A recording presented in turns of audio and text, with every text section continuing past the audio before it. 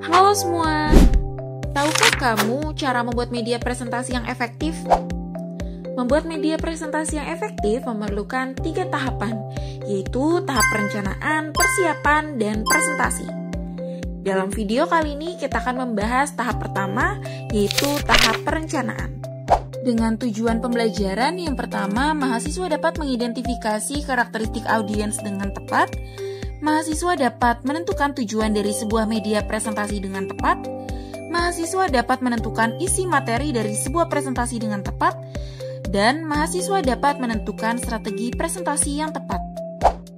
Dengan pokok pembahasan, yang pertama mengenali audiens, kedua menentukan objektif, ketiga menentukan konten, dan yang keempat menentukan strategi. Langkah yang pertama yang perlu dilakukan adalah kenali audiens. Kita penting untuk mengetahui jumlah audiens, tingkat pendidikan audiens, apakah ditujukan untuk jenjang pendidikan SD, SMP, SMA, atau bahkan perguruan tinggi.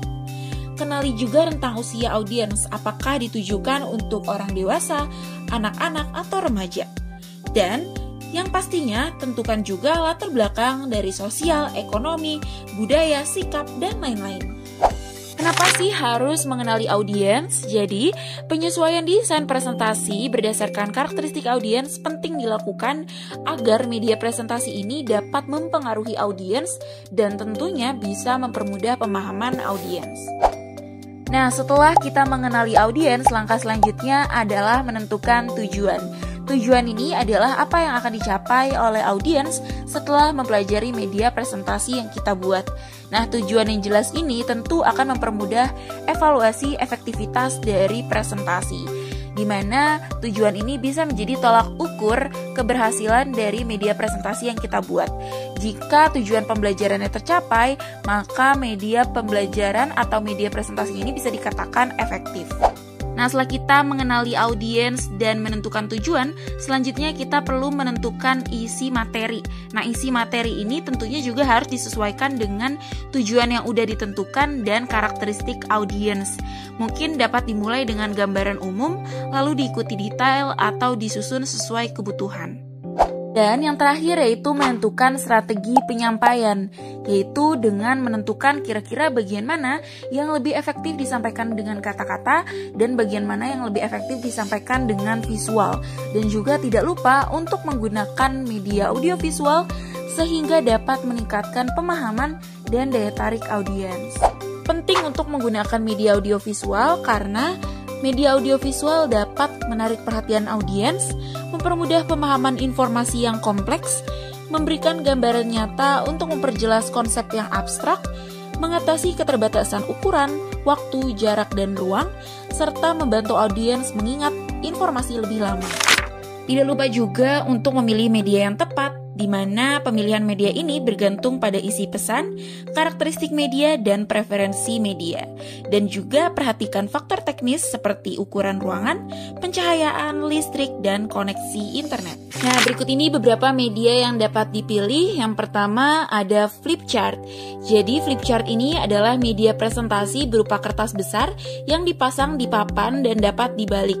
Cocok untuk presentasi informal dan diskusi kecil karena fleksibel, mudah digunakan, dan tidak memerlukan listrik. Selanjutnya ada slide. Jadi slide ini adalah media visual yang berisi gambar, teks, atau grafik yang ditampilkan melalui proyektor.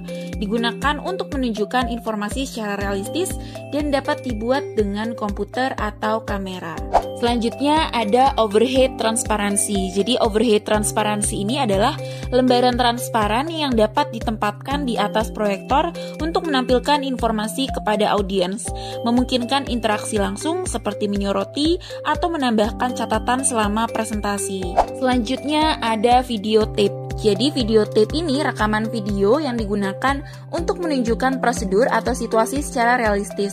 Cocok untuk pelatihan karena dapat menunjukkan gerakan dan tindakan secara langsung. Selanjutnya ada video presentation kamera. Jadi video presentation kamera ini adalah kamera khusus yang digunakan untuk menampilkan objek atau demonstrasi di layar besar. Sering digunakan dalam pelajaran sains untuk memperlihatkan detail yang sulit diamati dengan mata telanjang. Selanjutnya ada LCD projection panel.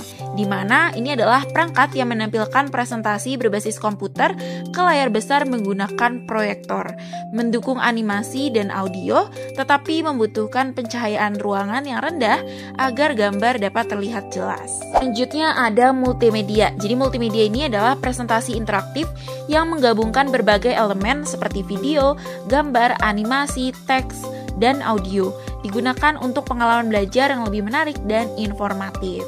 Selanjutnya ada handout. Jadi handout ini adalah materi cetak yang diberikan kepada audiens sebagai referensi setelah presentasi. Tentu ini membantu peserta mengingat informasi penting dan cocok sebagai panduan belajar mandiri. Jadi, kesimpulannya, menyesuaikan presentasi dengan audiens sangatlah penting untuk efektivitas komunikasi. Pemilihan tujuan, konten, strategi, dan media yang tepat dapat meningkatkan pemahaman dan daya tarik presentasi. Penggunaan media audiovisual yang sesuai dapat membantu menjelaskan materi dan meningkatkan retensi informasi oleh audiens.